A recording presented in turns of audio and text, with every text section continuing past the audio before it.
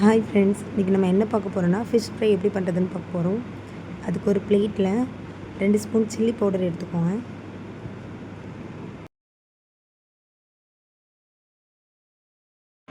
அது கூடவே 1 ஸ்பூன் குழம்பு மசாலா தூள் எடுத்துக்கலாம். அப்படியே கொஞ்சமாக மஞ்சள் தூள் சேர்த்துப்போம். அது கூடவே 2 ஸ்பூன் கார்ன்ஃப்ளவர் மாவும் சேர்த்துக்கோங்க.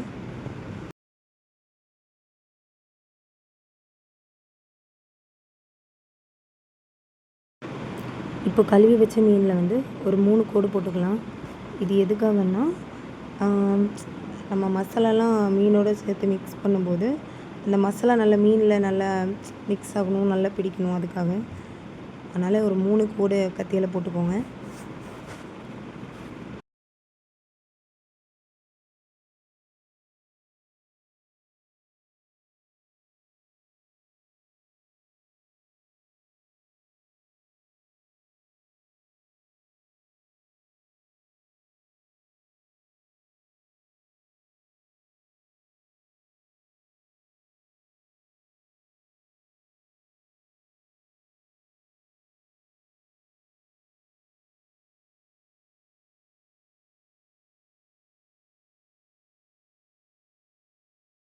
இப்போ மீனெல்லாம் கட் பண்ணதுக்கப்புறம் நம்ம எடுத்து வச்சுருக்கிற மசாலா கூட கொஞ்சமாக எண்ணெய், தண்ணி, தேவையான அளவு உப்பு சேர்த்து நல்லா மிக்ஸ் பண்ணிக்கலாம்.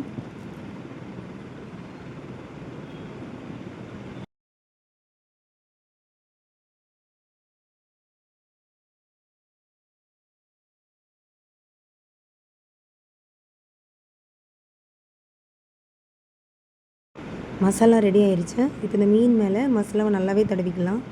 எல்லா பக்கமும் படுற மாதிரி நல்லா மிக்ஸ் பண்ணிக்கோங்க.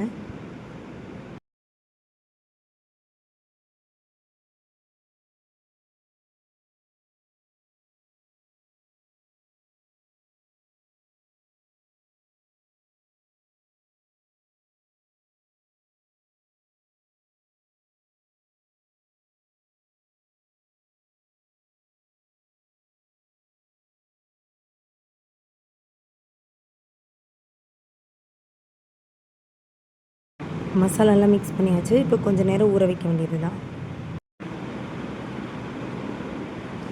அப்புறம் ஒரு கடாயில் எண்ணெயை ஊற்றி அது கொஞ்சம் நல்லா சூடானதுக்கப்புறம் அதில் 2 கொத்து கருவேப்பிலை போடுங்க.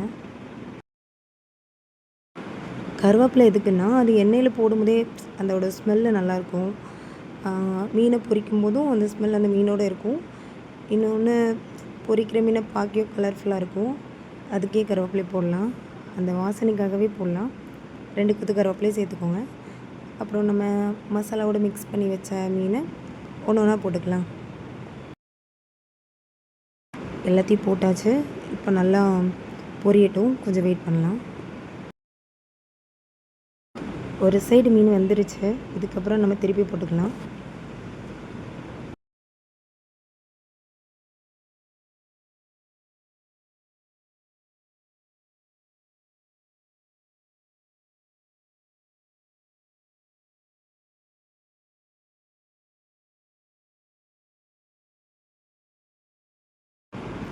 பாருங்கள், மீன் நல்லாவே பொரிஞ்சிட்ருக்கு. பார்க்கவே ரொம்ப கலர்ஃபுல்லாக இருக்குது.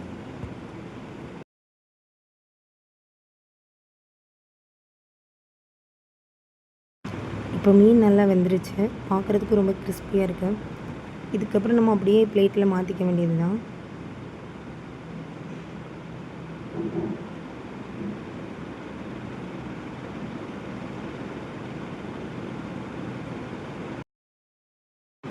ஓகே ஃப்ரெண்ட்ஸ், கண்டிப்பாக நீங்களும் இதை வீட்டில் ட்ரை பண்ணி பாருங்கள்.